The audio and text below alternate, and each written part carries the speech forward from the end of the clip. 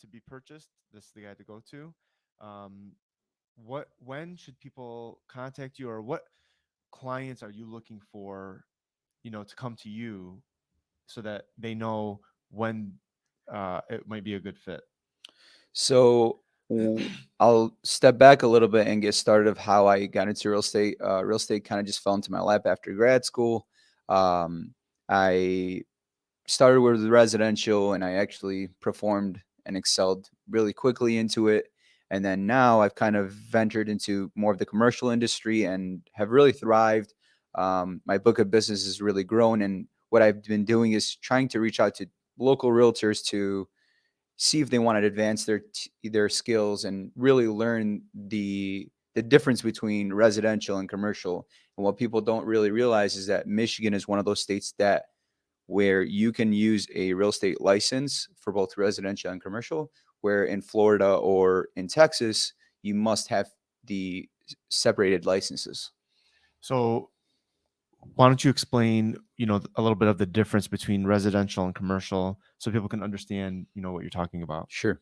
So a lot of times people go into real estate and they think, it's it's a quick path and you're gonna put some purchase agreements and make a lot of money. But what you don't understand is that the responsibility and the correspondence that goes into it is really important. And that's where when you get into the commercial industry, you really need to take a step back and learn the process. Most of my purchase agreements are about 20 to 25 pages, and the total information that goes into it really is what protects the clients. Um, you know, when venturing into commercial, you really want to just take a step back and start learning, and that's something that I've been doing and categorizing into my lifestyle to make sure that people that work with me, venture into it and really succeed.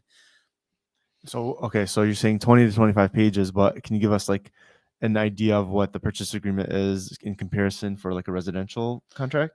So a residential contract usually consists of about 5 to 7 pages. It's pretty concrete. There's a uh, company called GMAR that really orchestrates our purchase agreements, and it's pretty on set. So you can type in and change whatever you need to change, whether it's a purchase price or the date or whatever the case is on the purchase agreement. Where in a commercial purchase agreement, usually you start with an LOI and then you venture into a purchase agreement. And most purchase agreements just have so many different details that you know change whether or not this is industrial, this is residential, this is retail, whatever the case is. When you go into those purchase agreements, you really want to take in what you're purchasing into account. Right. Yeah. And as a lawyer, I appreciate that because I can tell you that not necessarily the more information on a document necessarily that it's better, but when you go from a 5 to 7 page to 20 to 25 page, it's a lot more thorough. And I've never done a commercial purchase agreement before, so I don't know what goes into it, but I can just imagine all of the different details that need to be in there to protect your clients from getting into the wrong deal. On my side, I don't deal with contracts that often, but I do review them for clients.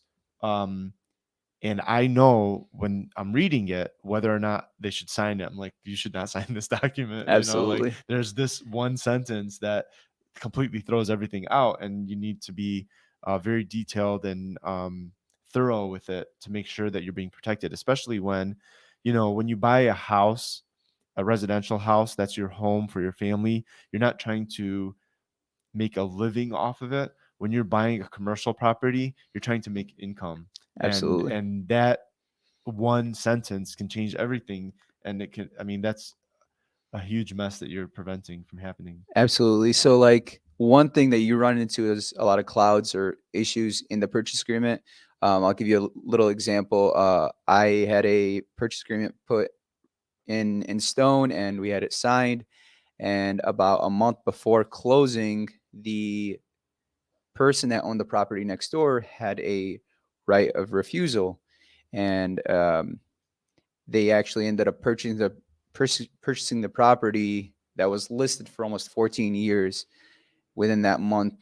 of the purchase agreement. So a lot of times you don't realize, like with the residential, you don't run into these issues. So when you are writing up your purchase agreements, commercial can just be a lot more intense, or just more, I would say, difficult, but just more detailed. And it really comes down to how much information you can learn. Obviously, the attorneys that you're involved with. I work with a few attorneys that have really put me into the right correspondence, so that my clients are covered when they do sign. Okay. Yeah, no, I appreciate that. Are there any particular business types that you're most familiar with, or is it any type of commercial property? What are you kind of looking for, or who should be looking to contact you? Sure. So I have run purchase agreements from retail stores to car washes and businesses.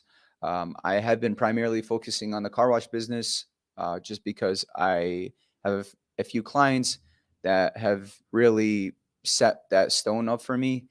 So if you are looking for a car wash or a gas station or any type of business that has a pretty simple P&L, we can get you, orchestrated and put a quick purchase agreement for you. And if you are looking for a property that really isn't for sale, that's something that our team does, is that we really go after the business owner that owns that property and see if we can really seal the deal for you, whether you're looking for a specific number or a specific area. That's kind of just what our avenue is really formed around. Yeah, and that's good to know that you guys will go that extra mile to kind of establish a relationship with the client so that you can kind of make stuff happen even if there appears to be that it's not going to Of happen, course. right? Yeah. And that's usually the case with most people, because if you're talking to somebody and you're like, hey, do you want to sell your business or you want to sell this property, you're going to say, like, if somebody comes to me and they're like, hey, you want to sell your property, I'm going to say no. But I mean, if you give me a large enough number, I'll probably do it. So That's usually what we face, is that most people want the top dollar um, for their businesses. But you always take into account what people are going through, or they're struggling, or whatever they're facing in their life. And sometimes coming at someone at a perfect time really orchestrates what you're purchasing, because there are certain people that are retiring and they just don't think about it until you really put it in their face. right. Which I've been kind of grateful with, because a lot of the purchases that I've done a couple gas stations in the last couple months, and the car wash that I put under contract last month. It took me about 6 months just to inquire it and then seal the deal, because it's just, you would not understand how much people want when it comes to closing their deal. They want a certain number, they want to close within a certain time, and all those things are strategic. So when it comes to clients, you really just have to sit down and have that conversation with them.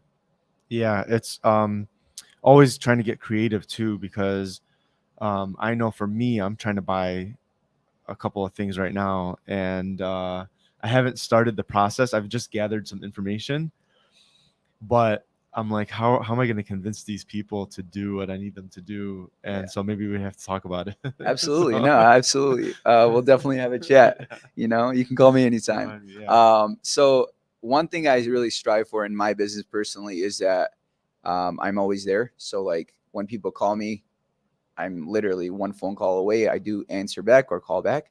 Um, I, I have a couple clients that, like, one of the most important things that I have really given to them is that fact that I'm always there. Uh, we have a team of 6 people that are constantly calling, building reputation and building relationships in the community to see if they will sell a certain type of business. We have a CVS that we're working on right now. We've been working on it for about 3 months. It's been back and forth, figuring out numbers and what to do with the client when they do sell the property. A lot of people go into a 1031 exchange. I'm sure you understand, from a law Why perspective. don't you explain that to the people? So a 1031 exchange basically uses the assets that the seller inquires after the deal is closed to purchase a relatively similar assets, so that you are exchanging your money and saving quite a bit of taxes when you sell the property. A lot of people that don't do that will be hit with about 30 to 40% tax increments that people don't really realize that, like, when you sell a $10 million property and you don't do anything with that money, 30% is gonna leave your pocket. Yeah, no, definitely. That's a good tax code to take advantage of if you are a business owner, to move from one business to another business, or have a plan in place of, if this is your final business and you're trying to get out, what are you going to do with that? To be able Absolutely. to save money on taxes. Absolutely. So that's one of the biggest challenges, that people don't really realize what they're going to do. I have a few clients that are on the fence about selling their properties, but they're like, what do we do with this money? There's a time increment between 45 and 180 days to really use that 1031 exchange. So if you aren't using it in the viable time, you basically have to pay those taxes at the end of the year. Yeah. And that's, like you said, it's a big hit. I mean, 30% of $10 million is $3 million. It's just a lot of money. Yeah, it is. It actually, it's hard to say when you're actually doing it, right? Right. And it doesn't always have to be 10 million. I mean, I have a client that wants to sell one of his businesses, and he's like, I personally don't know what I would do if I were to sell it. He's been in the business for 25 years, and he's just not sure. So, and that's okay. Figuring that out is also my job. Figuring out, maybe you want to go into multi-units, maybe you want to go into a different avenue. And I like to sit and orchestrate a plan for my clients so that they're not left in the dark. Yeah.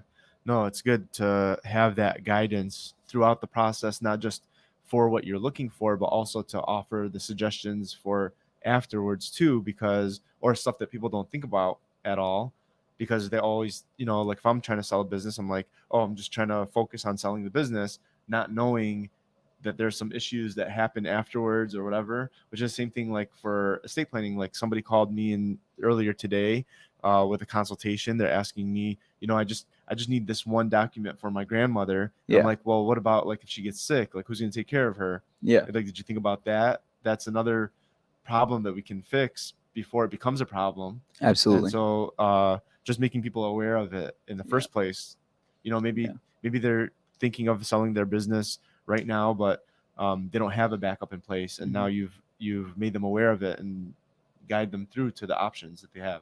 Yeah, and you'd be surprised how many people don't really know what the 1031 exchange is overall. Even business owners that have been in the business for 20 to 50 years.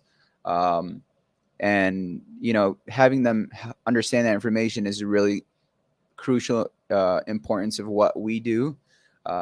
Something that I've been really putting in front of people is the fact that just because, you're not getting the price you want right now, that doesn't mean you can't take that money and then reinvest it into something that will bring you a lot more value. So something I'm seeing is that residential is kind of slowing down a little bit. Properties are sitting on the market longer. Well, it's the same thing with commercial. It's not like it's really slowed down like as heavily, but it is slowing down. Industrial is sitting for longer.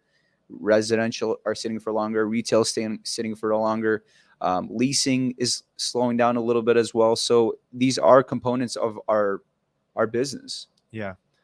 Why don't you give people your contact information again? Yes. So if you want to follow me on Instagram, you can follow me at Raphael.estates or Raphael.estates or Raphael.associates. And if you want to reach out to us directly, rarealestate.org. And if you want to give us a call at all, it's 586-689-2211. Thank you. Awesome. And is there anything else that you want to add about your business stuff necessarily?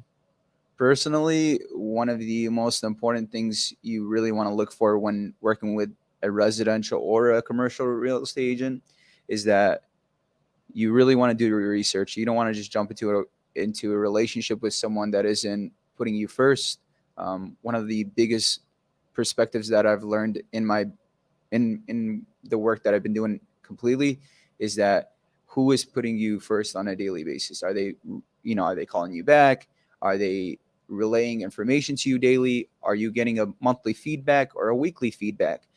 Those are such crucial importances in our real estate industry, like people just forget that the client's waiting there for, you know, their information. It's not like whether you're buying your first home, which is one of the biggest purchases of your life, or buying your first business, which is probably the biggest purchase of your life. So, you know, those are really crucial. And, you know, I got to say, Joe is probably one of the best estate attorneys I've ever met. So I gotta give it to Yeah, him, you thank know. you. Thank you. And if you are looking for more business, he's the guy to go to. Yeah, if you're looking to protect your business, that's Yes. I can talk to me about that. Absolutely. Um, well, let's talk about some other stuff now. So, what do you like to do for fun? Um, Lately it's just been kind of a rough battle for me, but you know, finding time to go to the gym and spend time with my dog. I have a big old German Shepherd at home. Um, Spending time with my family.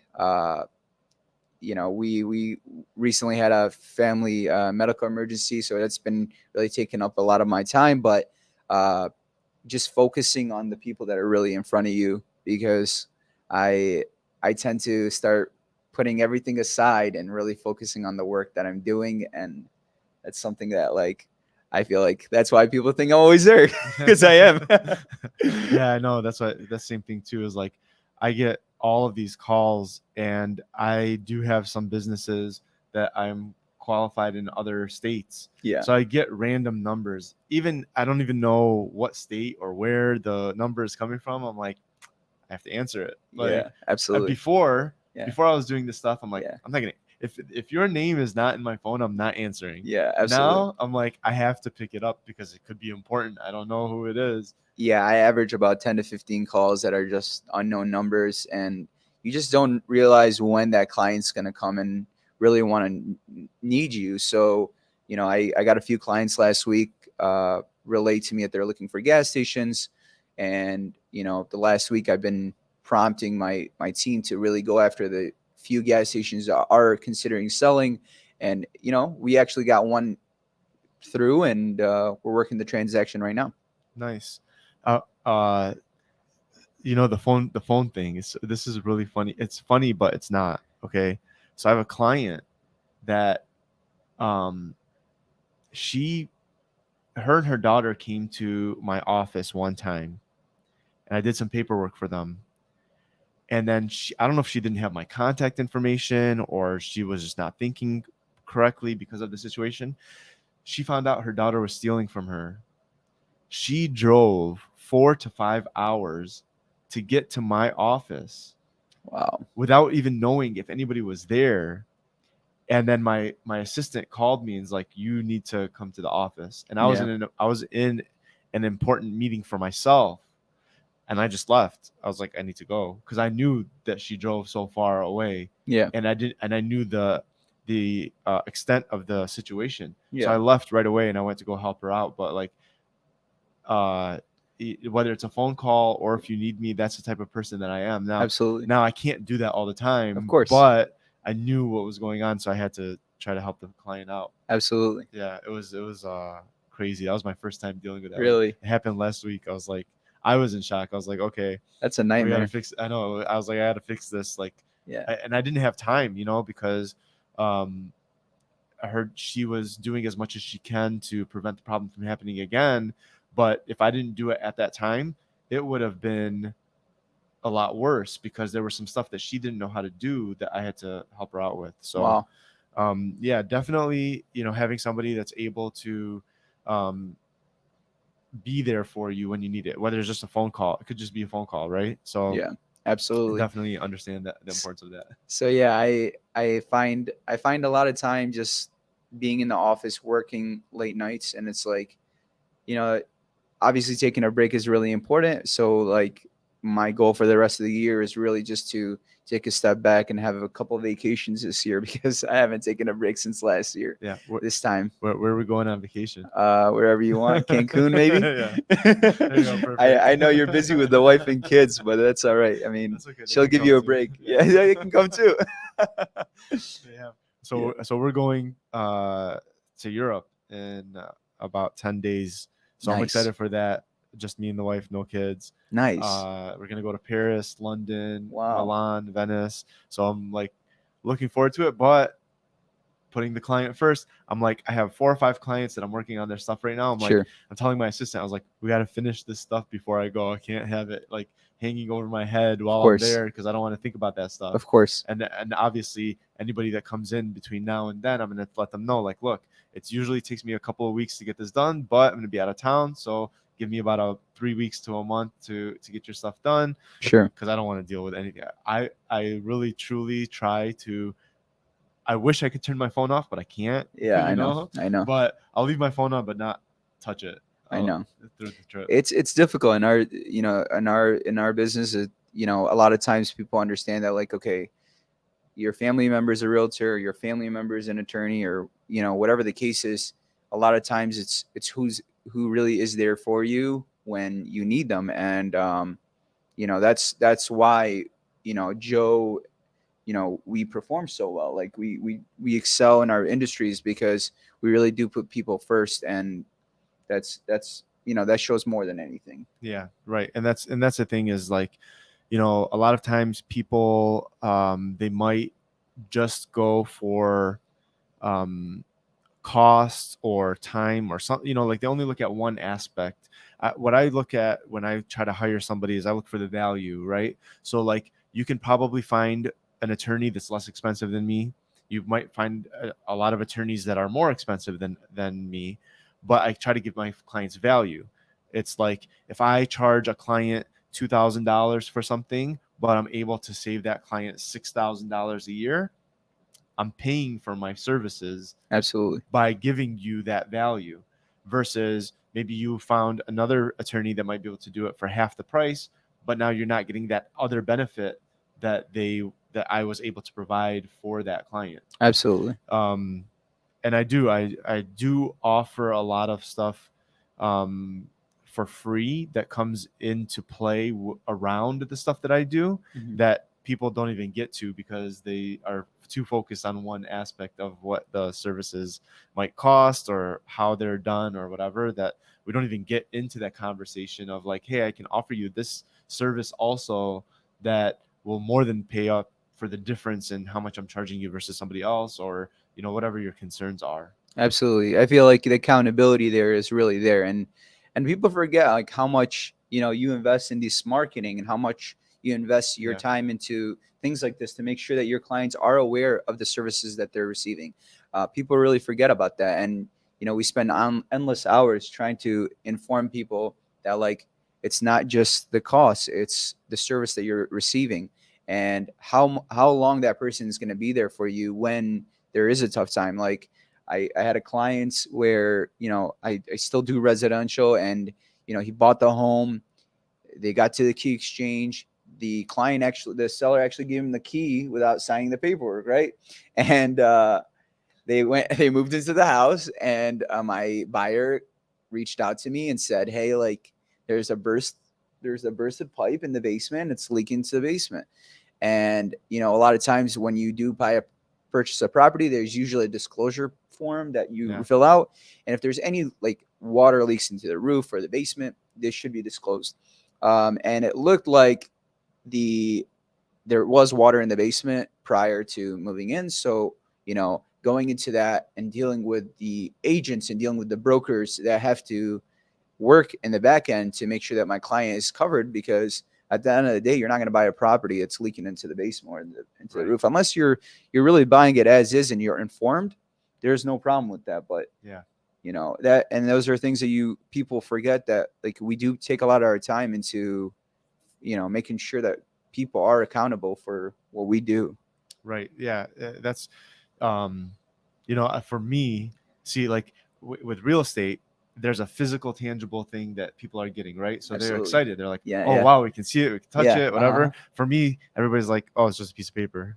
It is, yeah. So no, like, I mean, it's, you know, but it's a long-term thing. It's, you know, you were just telling me about that, you know, that actor that the state went south, the Marvel actor. I mean, go ahead and explain that. I mean, yeah, if you don't have your documents in order, it turns, even when you do have your documents in order, it can be a mess if you don't do stuff the right way. Yeah. But it is way less messy when you know, when you have your documents in order. But a lot of these famous actors and actresses or musicians, um, for whatever reason, they don't have their documents in place. Now people actually, I mean, people will fight over stupid stuff. I'm telling you, like Yeah. they'll fight over silverware, Yeah. dishes. No kidding. Oh yeah, furniture. Wow. Oh, they will. Because Yeah. you know why? Okay, let me put it into perspective for you.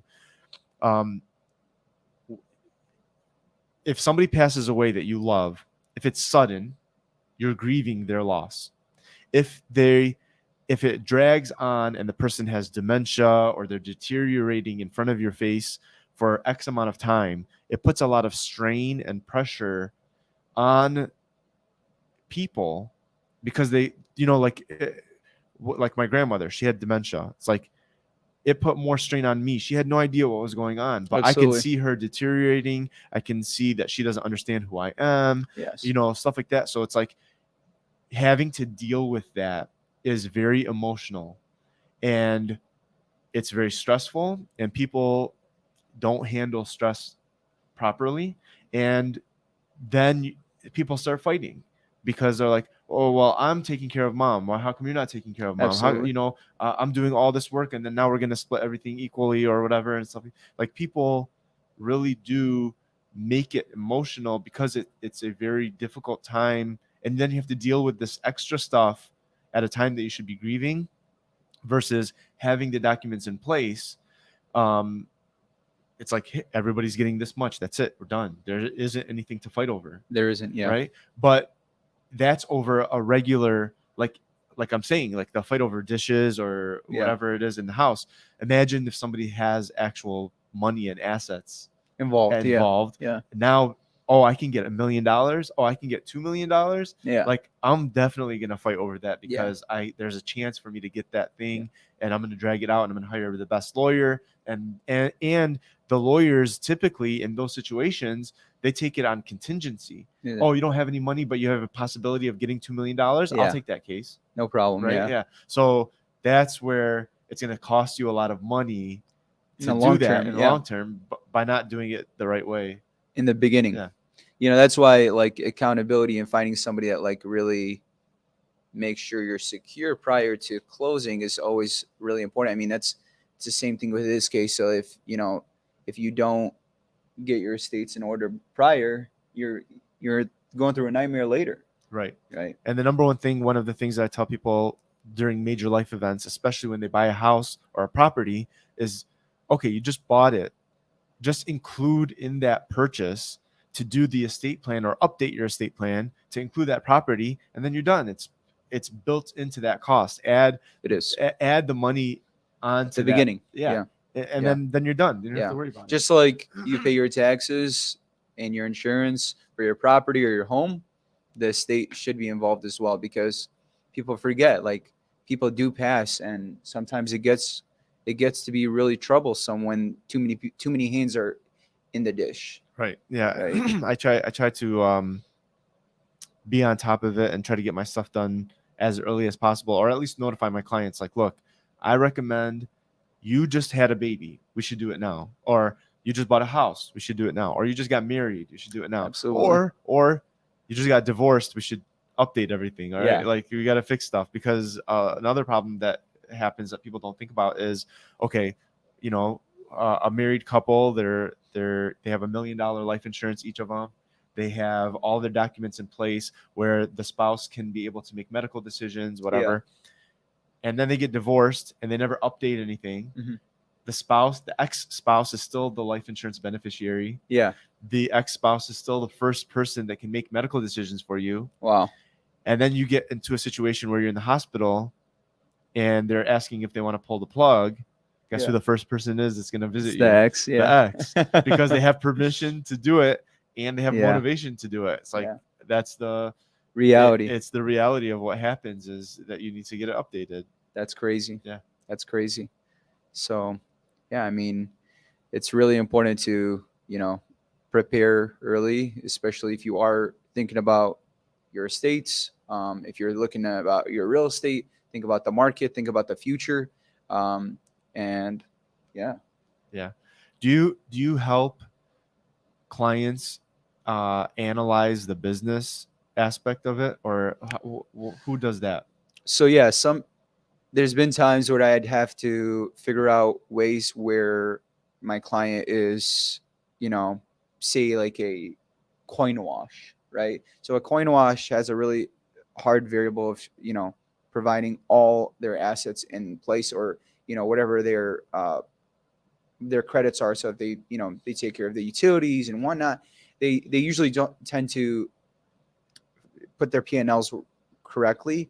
And when they send it to CPA, they're like, oh, well, now, it's all over the place. So we've had times where my clients have really not put things into perspective when it comes to selling their property, Like, how does a client, let's say I want to buy a car wash, right? And you have some of them for sale. Yeah. How do I know if that value is there? Like, do you help guide with that? Of course. So we obviously assess what is being sold in the area, and then what the profit margins are. So if the P&L doesn't look like correct, or it doesn't fit what my client's looking for, it's not worth the investment, right? A lot of times you see like things selling at 5 or 6% caps now, which is pretty normal now, where like, 10 years ago you were doing 10, 11, 12% caps, and that was pretty normal. Explain what a cap is. So a cap is the percent of gross income provided by the sold purchase price. So if it's, make the numbers easy, do $1 million. $1 million would be 60,000 a year. Okay. Okay. So you're grossing about 60,000 a year. And with the variables of, utilities and taxes and whatnot, how much is the person actually netting every single month? Okay. Yep. So those are really important aspects. A lot of times when it comes to commercial, you really have to just take a step back and look at what the person is actually producing and how was it 2 or 3 years ago. Okay. And so that's good for like people that want to get into a type of business that they've never done before. Absolutely. Yeah. Yeah. Because, obviously everybody's looking for what they're going to, profit every year. And it seems like a lot of investments that people are really going into are, superficial. They're like, oh, well, I'll buy a gas station because it makes this much money. Well, right. That's not always the case when you don't have the P&Ls in order. Right. Especially like, if you don't know what you're looking at, it's hard to determine, especially in a business that you've never done before. Like, I've never run any other business other than my estate planning and the other business that I have, like actually having a profitable business like that. So if I was to get into a business, I would need to know how it works.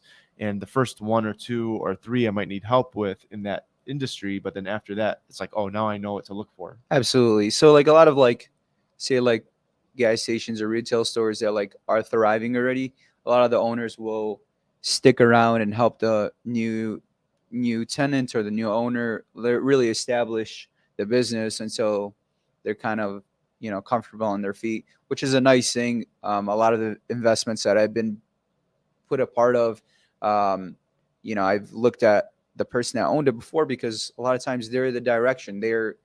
They know the model before you do. Okay. Yeah, it's definitely helpful to have that. And it's difficult to assess with just real estate. So when you're doing like the real estate and the business together, Yeah. it's very helpful to understand what you're looking at, get that actually it would be like a first pair of eyes on it. And Absolutely. You're the second pair of eyes trying to figure stuff out, because I mean, I don't know. So a lot of times, like maybe you're going into a dog wash or you're going into some type of business. A lot of times you struggle trying to match how much this person is making, because you need to get a market analysis on something else. So say if it's a car wash, what are all the other car washes making a month? How much are they grossing a month? And that's part of what we do, is we establish that relationship. We provide service and how much you're going to make, how much you should be making. And the specific details obviously go into great depths, but I mean, whenever you're looking into anything new, you just know it's going to be a challenge. Right. Yeah, and then obviously it's difficult in some situations where, like you said, if there's a new a new business that nobody has ever done, then it's like hard to assess that, Oh, right? that's probably the most difficult thing.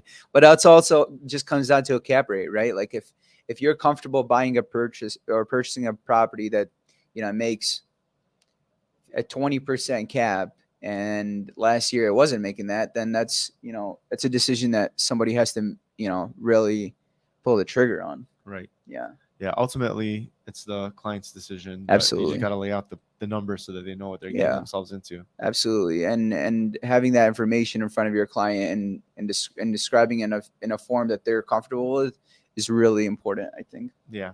No, I agree. Is there any other tips or anything that you want to give people?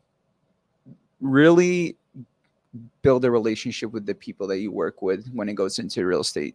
Don't just sell the property. Don't just tell your cousin to list it because they've been in real estate for a few months. Really build a relationship, see what their sales are, see what their portfolio is, and see what they're doing on a daily basis to thrive and sell your property, whether it's residential or commercial. When you have reputation, you're going to be safe at the end of the deal. Right. No, of course. That's the thing is like, there's certain things that you do by yourself. There's certain things that you don't Yeah. do by yourself. That's the same thing with me is like, okay, um, people want to try to do their own estate plan, or they say like, why can't I just write it down on a piece of paper? Yeah. Right. And I'm like, well, I'm going to give you 250 pages worth of documents, but you can just write a sentence that says, I want to give everything to my brother if I pass away. It's Exactly. like, it doesn't work like that. Right. Like, No, like yeah. you can look, you have to look at, can you do it? Like, are you able to do it? And then what is the repercussions of you messing it up, right? Like, okay, for me, it's like, okay, I can hire a painter to paint the room, or I can paint it. Absolutely. If I paint it, it's probably not going to be as clean, but like, do I care about that necessarily? Yeah. And then also, what is it going to cost me? It's going to cost me like $50 worth of stuff and 3 hours of my time. Wow. Is it worth it for me to do that? 100%. Right? If I mess it up, I can always call a painter to fix it, and Yeah. it's not a big deal, right? Mhm.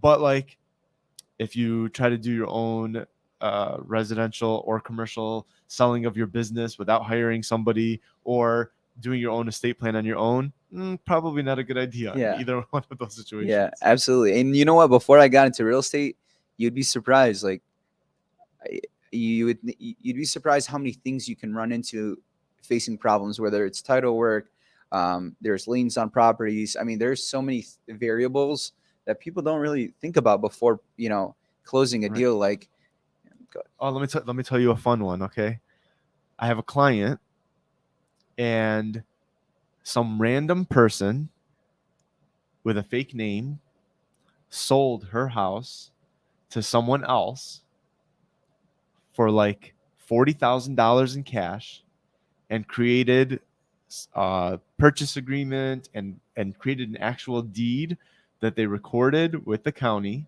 wow.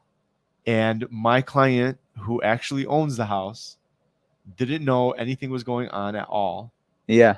And then this guy shows up and shows her a deed that he owns the property, and now they're in a mess of a situation because people don't go through the right channels to Wow. do stuff. No, oh, that's actually surprising, because I'm like, now that's a whirlwind of issues, because realistically, whoever bought that property doesn't own anything. Oh, I know that. He's out of $40,000. Yeah, you just paid a guy for a piece of paper. Yeah. At the end of the day, like, going through the due diligence to have accountability and having a person really go through the lines, every line with you, is really important. Joe, I'm sure, goes through a lot of messes with the states where he has to develop plans and really put his clients first. And it's the same thing with the real estate, whether it's residential or it's commercial. Just make sure that you do have an interview. Just talk to your agent, and make sure that they're the best fit for the job. Maybe I can't sell this kind of property, but I can sell this kind of property, and maybe I can sell your home, maybe I can't. So really having that interview is crucial, because you'll never learn anything more than just speaking to someone and just learning. Right. You What know? are some questions that you would have people ask? Um, how much business have you done? What kind of business have you sold? You know, through the last few years, a lot of people got into real estate, and it's been like a frenzy of sales, right? And they've sold, properties up north or whatever the case is. And it's like writing a purchase agreement is probably not the most difficult thing through GMAR. I will say, like, it's pretty very, Yeah. very easy. Yeah. I mean, I got to tell you, but I bet you a 15-year-old could probably write some of these purchase agreements. I gotta tell you, but and you deal with certain people, and it's like, they don't understand the accountability that goes into some of these things, because these are people's livelihoods, right? You're buying them one of the biggest properties of their lives. If they don't know how much it's worth, they don't know how much they're paying, and they're not in the real estate market, they won't understand what that is. So can I show my client the same, liquor store in Detroit versus maybe Clinton Township, and say this one makes this much money and it actually doesn't? Then I'm not really being accountable to my client. I'm not putting them first. I'm not doing the due diligence to really inquire good service to these people, because you know what? Honestly, Joe, what goes around comes around, right? I mean, if you don't do people good, I honestly feel like it doesn't come back forward. Right. No, I agree. It's not about the money. It's really just the service, what you're really being provided, Yeah. No, I appreciate that for sure. Yeah. And so why don't you give your contact information Sure. again? So my website is rarealestate.org. And if you want to reach us on Instagram, it's Raphael.associates.